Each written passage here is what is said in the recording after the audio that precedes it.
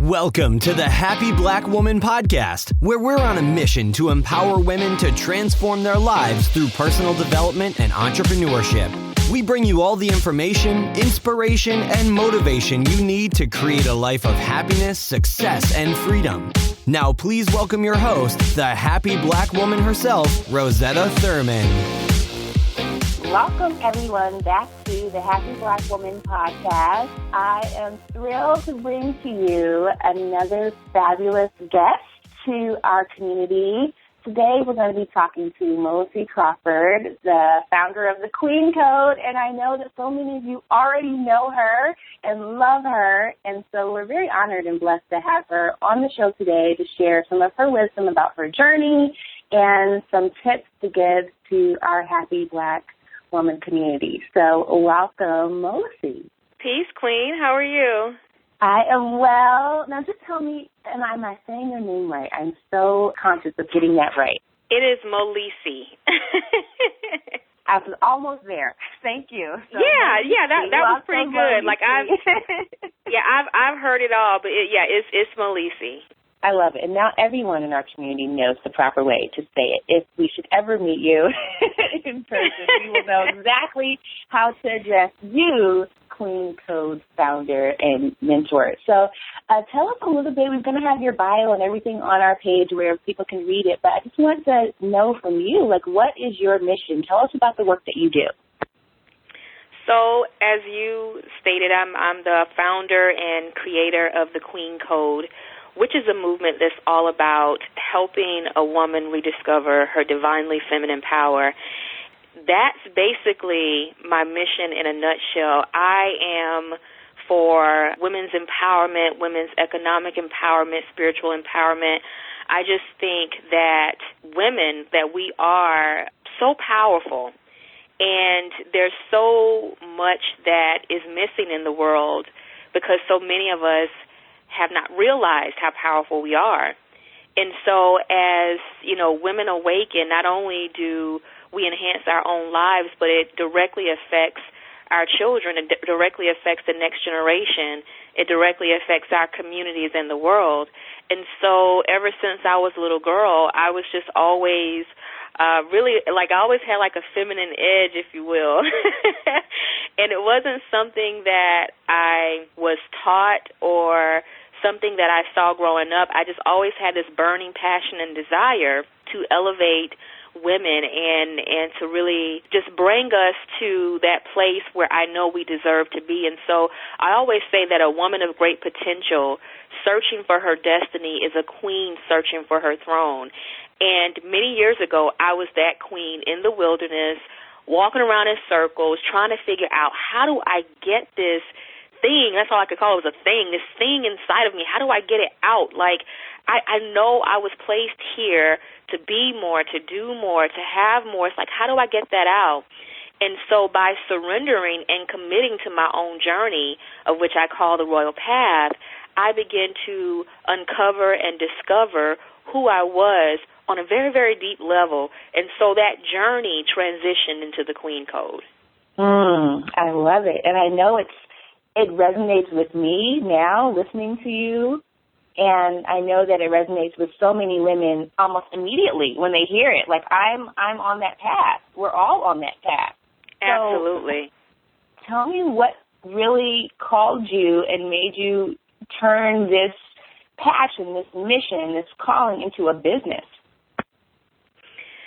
Well, it was actually a series of things. I've always been a bit of a rebel at heart, and I never liked to be told what to do. My mom could tell you that I wasn't a rebellious child, but I like to just go against the grain, and I always just had this innate sense of I want to do what feels right. And so all my life, trying to find out who I was pretty much led by what felt right. I was led into dance because that felt right. I was led into, I was really, and still am really big into history and things because that felt right. So when I got to the point of understanding more of my purpose from really doing some deep inner work, and when it elevated to the point of the Queen Code, it was already a business.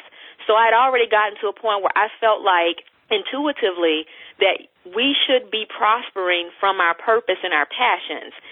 Sitting in a 9-to-5, and, I actually went to school to be an attorney, and in my senior year of undergrad, it's something about that just didn't feel right to me.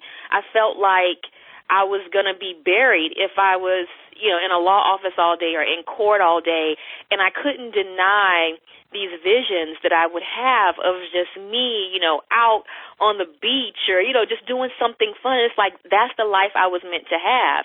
And so I've just always had this innate sense that I'm supposed to do what I love for a living. And even though when I looked around at everybody, I didn't see a reflection of that. And there were times when I felt crazy, like, is this right? Am I just being lazy? Am I, even though I didn't see a reflection of that, I tried it. I went for it. And as I began to step out, I began to find a whole community of women who are already doing that. And so I got a mentor. I hooked up with other women, and the rest is history. It is. I mean, I've only known about you for a short time, but from what I've seen, it's really what you're doing has resonated with so many women that it was a natural, everything, when I look at your site and everything that you're doing, just seems like a natural extension of you, which is beautiful to be able to, what's the phrase you just used, to prosper from your purpose? Yeah, we should definitely be able to prosper from our purpose and our passions. I love that. When you look at your business now, can you tell us a little bit about your typical day, like how you're a mentor to the women in your community? You teach classes. What does this look like for someone? Because there's so many women in our Happy Black Woman community who are teachers, they're speakers, they're healers, they're so many different callings that they have. What does it look like when you're really prospering from your purpose? What does a typical day look like in your world? Before I tell you what today looks like, I want to go back just a second and tell you what it started out looking like. It started out looking like burnout, looking like me trying to be everything in my business. Many times when you're starting a business and you have this great idea and you know that you can feel it in your heart and it's connected to your passion and your purpose, you get all excited. And then when you begin the business, you realize that this is not just like a fairy tale type thing. This is a real deal. In business, there are, so many issues, and you have to put out fires. And so in the beginning, when I started this company 6 or 7 years ago, I was very burnt out. I was still in another business, and I was battling the issues of trying to carve out enough time to build the foundations of this one. And what I ended up having to do, it always came back to me being true to myself. Because even when I got a mentor, there are so many different, especially now, so many different business mentors out there, so many different things that you could be doing. But I had to keep bringing it back to what felt good for me, what direction felt good for me. Instead of having this cookie-cutter type business, I began to move more towards who I was authentically, and that's where the burnout began to subside because I began to do less and just be more. And so I remember about 3 years after I started my business, again, I was just in complete overwhelm.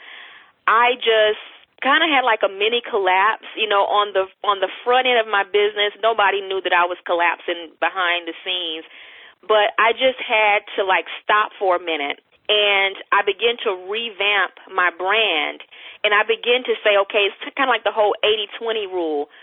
What's working, what's not. 20% of what you're doing is really causing 80% of your result. And so I'm like, okay, who am I in this? What's my genius point? And so I began to identify that as my speaking and my writing. That's just what I do. Those are my points of genius. And so I slimmed the business down. It was just a YouTube series that I would do weekly. I revamped my website to 3 or 4 pages. And then I would do every couple months a call for a free session, and I had one 90-day program that you could go through with me for that period of time. And that's all I had. I had the YouTube video series, and I had that one program. I would just speak and write and share things on social media. Those were the few points I had. That was the foundation for the business. And so as I continue to be true to myself, what it looks like for me now, instead of working 7 days a week, 16 hours a day, I now work 3, sometimes 4 days a week. I work about 25 to 30 hours. A typical day for me, I wake up, I'm with family for, 30 minutes to an hour. We eat breakfast. The babysitter comes. I do the handoff. And I go upstairs, and I am just firing in. I'm focusing in on the things that I know are most effective, and everything else is just, taking a back seat. So that's a typical day for me. I only focus on the things that I know I do, and the other big piece of it was I got a team, and I got the support that I needed. So I do a lot of delegating. Well, that's what queens do, right? Exactly. Queens delegate. I love it. That's right. Yes. So your typical day, I love that you shared the evolution, because sometimes we hear what your today is and we think it's always been that way. That's not the case for anybody. So I love that you shared the transition that you've gone through. And so your business model, it sounds like you've been very intentional. Would you say that you mentioned a couple of things earlier I want to go back to. You mentioned that you had a mentor. So at what point in your journey did you realize that you needed someone to step in and help you get your message out there and not be in burnout in the process?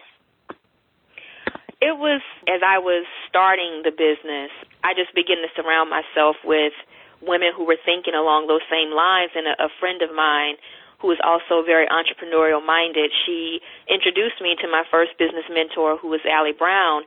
And I realized that I needed somebody when I kept crashing and burning, and I would try to create a business, and then it would flop in a year or so.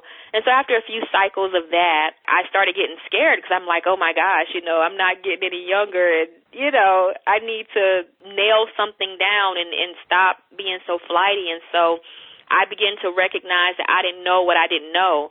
And so when my friend told me about the mentor, I immediately signed up for just a simple program. I was extremely broke at that time, and her program was $9.97. And I didn't even have that in my bank account. But I pulled some pennies together, and I went and made a deposit, and I signed up for her program. And I'll tell you, for the first couple months, it was hard to just have that $10 in the bank. But when I chose my mentor, I knew that she knew her stuff, and I applied everything she said in that simple $10 program. And within 1 year, I had actually had the opportunity to go to her event, and I was signing up for her high-level mastermind, which was $13,000 a year. So for me, it was at the point where I was tired of getting things and losing things. I was tired of that vicious cycle, and I realized I needed some help. It sounds like there was a process also to you investing in yourself, starting here and going there. And yes. It sounds like it has paid off for you tremendously. Thank you. Yeah, so, going from in 2009 struggling to pay just $10 a month to, 2014, 2015 having a multiple six-figure company where, I'm not working more, I'm working less. It's just a tremendous transformation, and it's just a testament of the fact that who we are is so important in the equation. Many times women come up to me and they're like, Molesey, and they want the know-how. How did you do? And that's really good to get the pieces and the instructions. But I always tell women, you need the know-who before the know-how. You can get the know-how all day long. But what's really going to transform your life is when you begin to infuse the core of who you are in everything you do. That's where that transformational element comes from. Yeah, and that's the part that can't be taught. The process of figuring that out can be, but that's the part that so many of us are afraid to do. And that's when you get the cookie-cutter businesses, everyone looking like each other. And you've done that so well in that you. When you go to your site, it's you. And people start to fall in love with you, even from your homepage. I'm like, I want to know this woman. I would like to sit down and have a cup of coffee with her.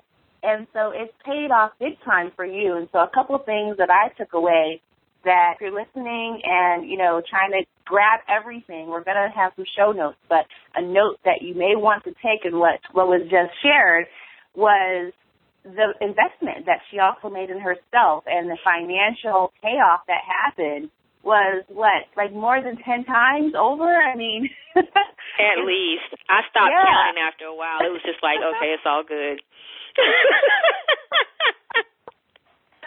I mean, thinking about it on the back end, on the front end, you're thinking, do I have the $10 in the bank and then the $13,000? But on the back end, you're looking like, this is my life now. My life is totally transformed because of that small investment. At the time, it was large, but looking back, so powerful.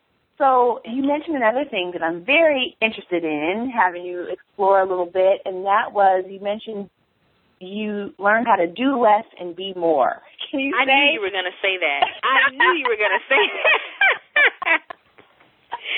Because it's so in line. I was just going to ask you, one of our questions we always ask is, how do you set goals and stay productive? And I'm like, man, I'm more interested in, this philosophy of doing less and being more. So how does that work for you? Before I go into that, the do less, be more, it's a movement. It's something that I'm definitely going to take some very deep dives into next year, because I know for a fact that this is how we're meant to live, especially when we're tapped into our feminine. See, the order of, and this is where I came up with it, the order of manifestation is be, do, have. And that's not a new thing. That's, it's a paradigm. It's a whole, it's a thing, right? Be, do, have. And so I remember when I was introduced to that in 2010, I was at a conference and the lady was just saying all kinds of stuff, but that stuck out to me, because what stuck out to me is how in this society we know how to do, but we don't know how to really be. No. And we don't. Oh my God. We don't. We don't know how to be, right? So we're defined, in a society that defines you by what you do. It takes a lot of courage to do less and be more. But what I'm beginning to understand is that things like that, it's like that's where all the magic is. And so in my life, I know that the way I'm designed and the way many women are designed, we're not designed to be roughing it, huffing it all the time. That's one of the reasons why there's just so much turmoil in terms of our relationships and our health and all this, because we're out doing, and we're running all of this masculine energy through a feminine body without honoring the fact that we're feminine. So the being is the feminine, the doing is the masculine, and when you put the two together, there's manifestation. So we should do. Wait a minute. We gotta pause for a moment. I gotta breathe. Okay. A little bit. We gotta. I want to make sure everybody gets this, because I'm buzzing over here, because this is so in alignment with where I am right now. Building this business has been where I've been in my masculine. So I just want to rewind a little bit and have you repeat that part, because we could do a whole day on that. So come on. The doing, you said the doing is the masculine. And right. The so the order of feminine. Manifestation is be, do, have. And the being is the feminine, right? Yep. The doing is the masculine. And when you put feminine and masculine energy together, you have great manifestation. Problem is for women primarily, our bodies are designed to run more feminine energy primarily, right? For men primarily, their bodies are designed to run more masculine energy. Of course, there are different exceptions to both, but primarily that's the way it's supposed to be. As women and men, we have the power to be and do. But in this society that focuses so much on doing, if we've forgotten how to be, we're working way too hard, because the being is so much more powerful. And so you have be, you have do, then you get the manifestation. So what I've done is I work more on who I am. And that informs me as to what I'm supposed to do. So as I'm totally in my being, the doing becomes more effective, it becomes more powerful, versus working it backwards and you just doing all the time, but you don't know who you are in the doing. And so you lack direction. It's like this wide spray approach. And even if you do have some clarity, you can't tell me you're not burnt out because you're constantly pushing up the hill. So to me, it was a complete paradigm shift, and it went against everything I believed at that point. Because in my mind, the more you do, the more you are. The more you do, the more you are.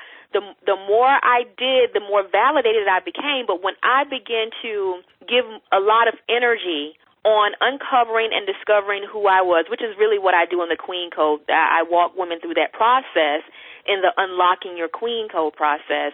But as I began to do my own inner work, all of a sudden, whereas before I would want to do these 10 different things because I felt like I had to do it, I would just do 2 powerfully, and it's just like gasoline on a fire. Do you know what I mean? So that's the reason why instead of working 7 days, I only work 3, because you really have to you really have to be careful about your doing and make sure you're effective while you're doing it. So that's my do less, be more. It actually makes the doing more powerful. I have to say, there are a lot of ladies who are listening that are going to have to rewind that part, rewind back a few minutes, and listen to that a few times, because this is really resonating with me, and this is the beauty of having this platform. I get to learn too, and there have been a lot of conversations in the past couple of years about feminine leadership and how to be feminine in your business and all of this. And how you've broken it down just in a couple minutes really speaks to the challenge that a lot of us have when we want to have that business, have that relationship, have that family. And, can I go to the spa every once in a while? Can I take a walk? Can I meditate? I was just at the spa this morning before I called you. I love it. I love it. There's actually a spa in my subdivision. I was just up there. I was at the chiropractor getting a massage, Yeah. Like a queen should. I love it. We should treat, and so there's so much that happens below this. So I'm definitely interested in having everybody, all of our listeners, stay in touch with you so we can follow this wisdom as it's developed around doing less and being more. In that space and in that sense, it sounds like you have found ways to make this work for you and still be effective, still make all the great money in your business and support your family. It sounds to me like freedom. It's what we talk about so much in our Happy Black Woman community. My mission is to help women create lives of happiness, success, and freedom. And you've got it all, girl. So tell me a little bit about, you're welcome, what does freedom look like to you? So, you've got this platform down, you've got this process down. What does freedom look like to you right now? Freedom looks like, for me, just being able to express the truth of who I am and not being apologetic about it, not having to hide who I am because I feel like this person won't understand or whatever. To me, it's all about expression, which is actually a great feminine power, our power to express. And so many of us are lacking that. We have this gift and this greatness and this brilliance trapped inside of us. And because we haven't slowed down long enough, I always say, I actually have a few little postcards on my desk, and there's one that's right in front of me every day. Queen, slow down so your blessings can catch you. For many of us, because we haven't slowed down long enough to unpack, right, to even see what we have, to see what's there, we don't understand our brilliance. But we know it's there because we can feel it. It's like this little churning and burning in our stomachs. But if we don't understand it and we haven't made connection with it, then how can we express it?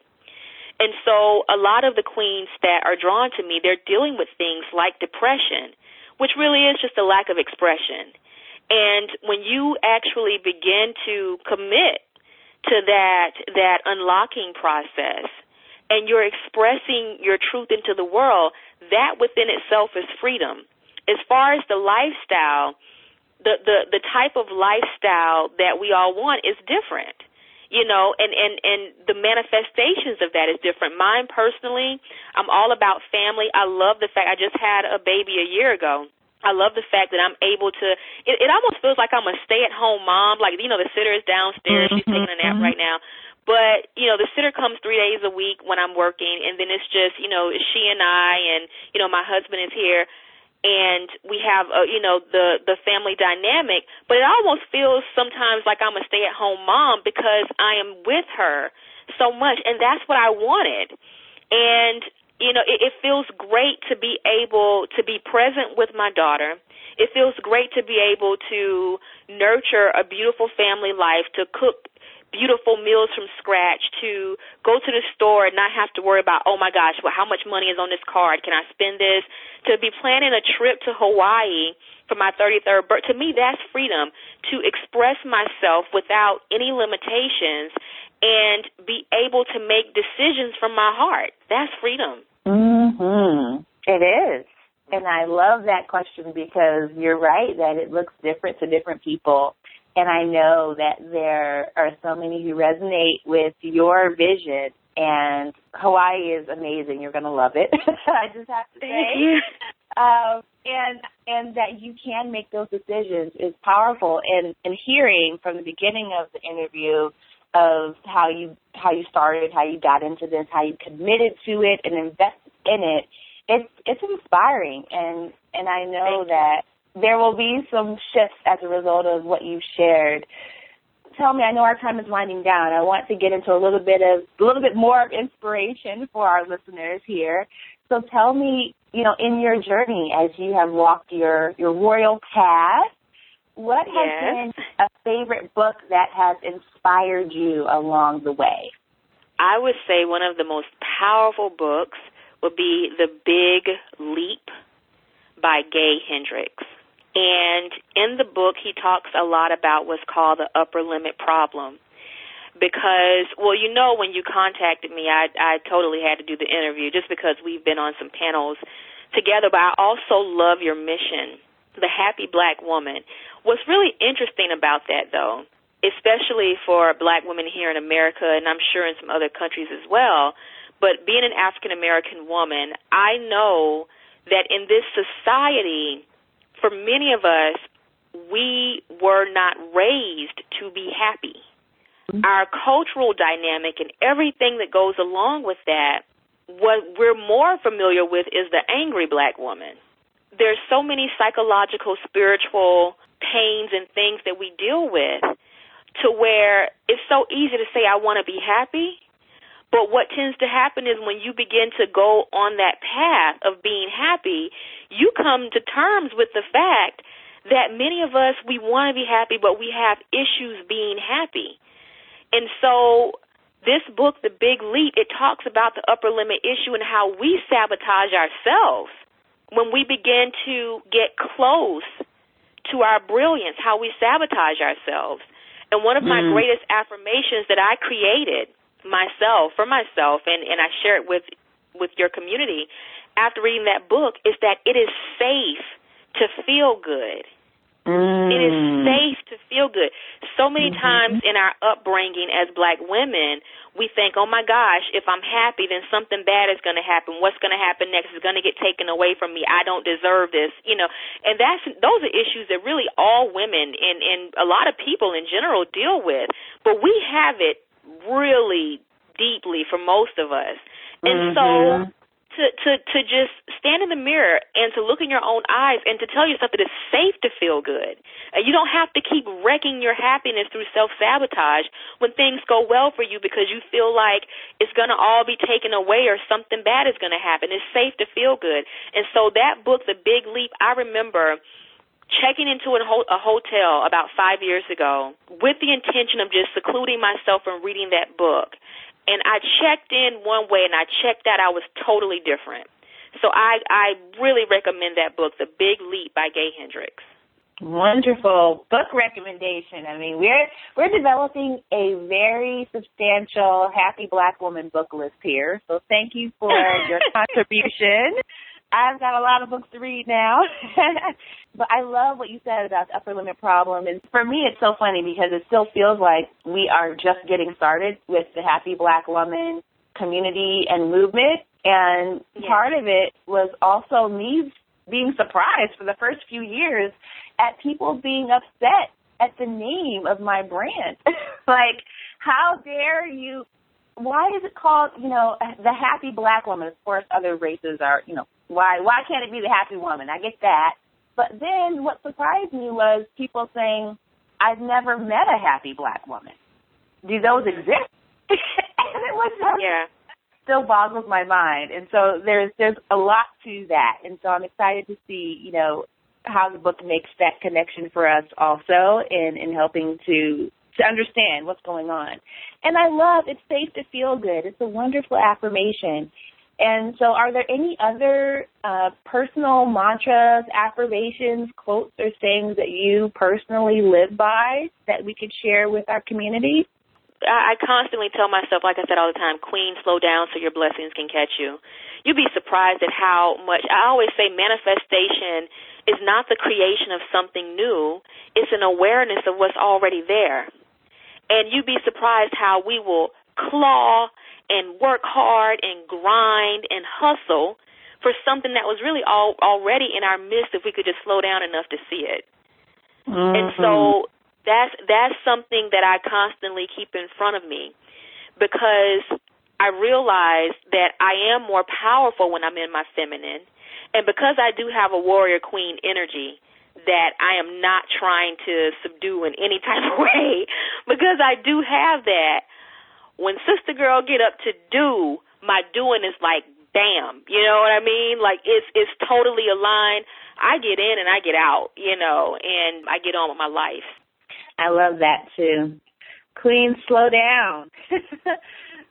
There's so much in what you've said so far, and at the end of all of these interviews, I always feel like I want to sit with you for a lot more time and have more time to talk, and I know the universe will make it so we get to do that.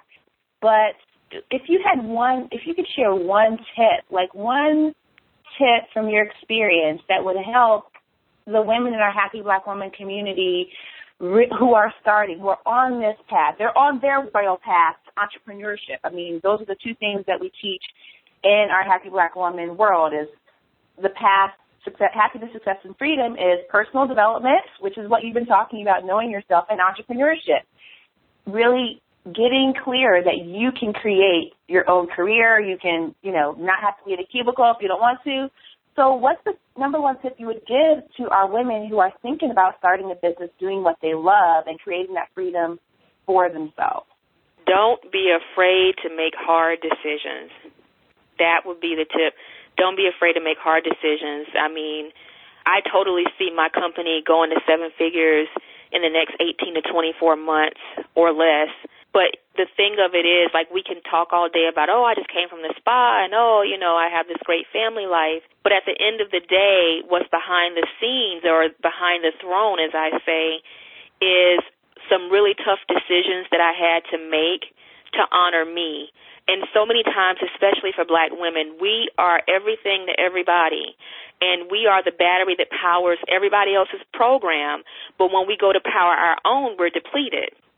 And so the one thing I would say, it started for me with tough decisions because you really have to make space for this type of transformation in your personal and professional life. And for many of us, we're trying to take family and we're trying to take friends and we're trying to take things from the old world into the new world. You have got to begin to be comfortable making some tough decisions that you know will benefit you in the long run, and you have to stand in your own truth with that. And it's not even a selfish thing because everybody benefits.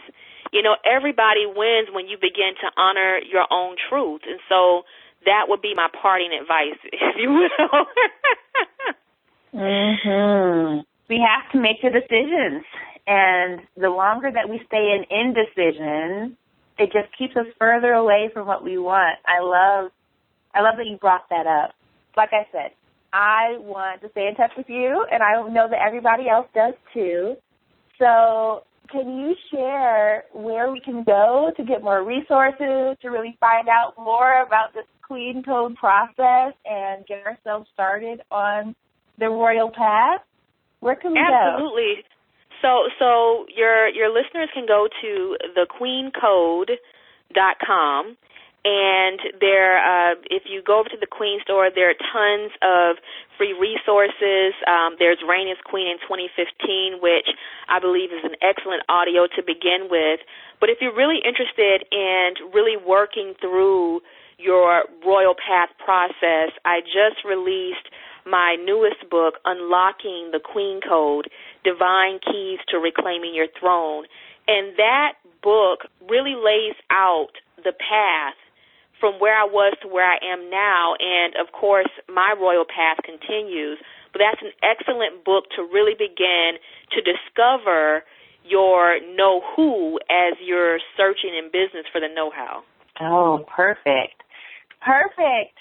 Thank you. So we can go to thequeencode.com, and right there on the homepage, we can download the Reign as Queen in 2015 free audio. And then there are other resources there for us as well, like your new book.